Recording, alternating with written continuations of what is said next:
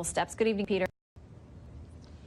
Good evening, Shannon. A conservative candidate is cleaning up comments that she made where she seemed to blame or accuse the McCain family of trying to spite her with the timing that they picked when they decided to announce that he was going to end cancer treatments. Dr. Kelly Ward wrote a few days ago on Facebook, "I think they wanted to have a particular narrative that they hope is negative to me." And Ward apologized tonight, even though she's accusing the media of pushing a false narrative.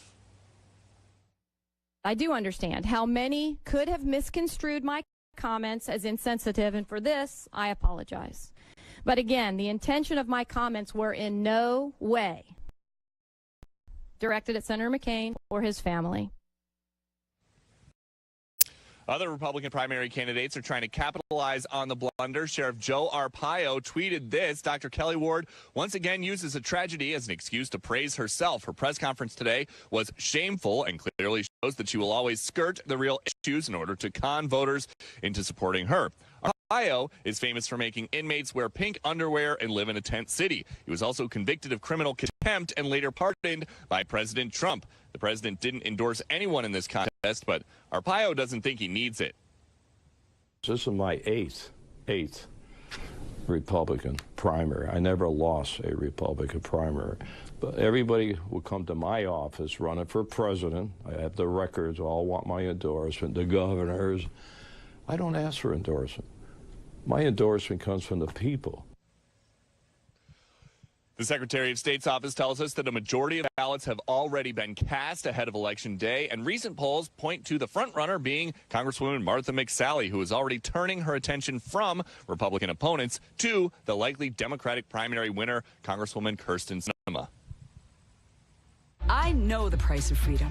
While we were in harm's way in uniform, Kyrsten Sinema was protesting us in a pink tutu and denigrating our service. So those three candidates are all competing to replace the retiring Senator Jeff Flake, and they will serve alongside whoever is named to replace the recently passed Senator John McCain, whose successor will be announced after his funeral. A McCain family rep today would not touch rumors that Cindy McCain might be interested in the job, but this representative for the McCains did say that he thought if McCain got to pick, he would want a Hispanic woman. Shannon? All right, we'll stand by for that, and we'll check in with you for coverage of all of those primaries tomorrow in Arizona. Peter Ducey, thank you. Tomorrow, voters head to the polls in Arizona, Oklahoma, and Florida for some of the most anticipated primary elections. But there is one big issue looming large in the Sunshine State tonight, that shooting at a waterfront mall in Jacksonville over the weekend. Well, tonight we are learning new details about the suspect. Senior correspondent Rick Leventhal is live for us tonight in Florida. Good evening, Rick. Good evening, Shannon. The details include that the shooter was hospitalized twice for mental illness and prescribed medications for psychiatric disorders, but authorities say there's no indication that the shooting was pre-planned, even though the gunman, David Katz, just bought his weapons earlier this month legally from a licensed gun dealer in Baltimore. Authorities say video surveillance confirms that Katz left the contest in a pizza restaurant after losing in a Madden 19 video game qualifying tournament and returned minutes later with 2 guns, extra ammo, and a laser sight. He only used one of those weapons, passing customers to target players, shooting 12, turning his gun on himself. The 2 killed Taylor Robertson, 28, and Elijah Clayton, 22, both gamers who also both played high school football. The FBI has searched Katz's father's home in Baltimore, where Katz lived. They also searched Katz's car and hotel room here in Jacksonville. Authorities say both parents, who are now divorced, are cooperating with investigators. Now, Shannon, as you mentioned, the Florida primary is here tomorrow. A number of candidates canceled campaign events here in the Jacksonville area, but Senator Bill Nelson was here, and so was Governor Rick Scott, who is challenging Nelson for his seat this fall. The first thing people wanted to do is make it all political. I think what we need to be thinking about is we need to be thinking about each of these families. What I've advocated all along is just use some common sense. Pass a comprehensive universal background check law. It would have caught Omar Mateen, who had been on the terrorist watch list. It might have caught the shooter down in the school in Parkland because he had so many mental problems. Tonight, EA Sports announced it's canceling its remaining 3 qualifying Madden tournaments while it reviews security protocol.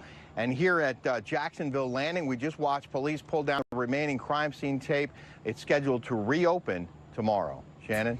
Rick Leventhal there on the scene for us in Florida. Thank you very much. America's top diplomat, Secretary Mike Pompeo, firing back at Iran over claims that that country has taken control of a major shipping route where nearly 1/3 of the world's sea-traded oil passes through daily. The Secretary of State says, quote, the Islamic Republic of Iran does not control the Strait of Hormuz. The strait is an international waterway. The United States will continue to work with our partners to ensure freedom of navigation and free flow of commerce in international waterways. Also today, Iran went to court over renewed U.S. sanctions. Foreign correspondent Benjamin Hall breaks down what it means for us tonight. Iran is suffering under sanctions, and today they pushed back by trying to sue the U.S. at the UN, claiming the sanctions violate a little-known 1955 friendship treaty. The United States is publicly propagating a policy intended to damage as severely as possible Iran's economy and Iranians' nationals and companies. Secretary Pompeo responded in a statement, saying that Iran's claims were meritless and that the U.S. would vigorously defend against them. Just as Iran was quoting a friendship treaty, the head of its navy was issuing military threats, saying it now has full control of the Persian Gulf and Straits of Hormuz, through which 20% of the world's oil goes, adding that Iran could take military action to block oil exports. But inside Iran, cracks are showing. On Sunday, the finance minister, a key ally of President Rouhani, was voted out due to the country's economic woes, which he also blamed on the U.S. The enemy has targeted our entire economic fortifications. By imposing sanctions, America is seeking to put our people under pressure and stir dissatisfaction. Whole industries are now collapsing. Rug exports, for example, once a major source of income, are in free fall. America has been the best market for us, in my opinion, the best market in history. It's a huge loss. We could have revived this industry, but we'd lost the chance. Now, with the Iranian rial already at half the value it was at the start of the year, voices of dissent are growing. And in particular, people fear November, which is when the next round of sanctions will hit oil exports, that observers say could lead to a total collapse of the economy. Shannon? Benjamin Hall, thank you. Well, as the president gets caught up in talk of hush money for a porn star and a Playboy bunny, top evangelicals gathered with him and the First Lady for dinner at the White House tonight. What the president said tonight about the religious rights and what he does or doesn't owe them. People, the support you've given me has been incredible, but I really don't feel guilty because I have given you a lot back. Pastor Robert Jeffress was at the dinner. He joins us live with Inside Scoop and a first-hand report next.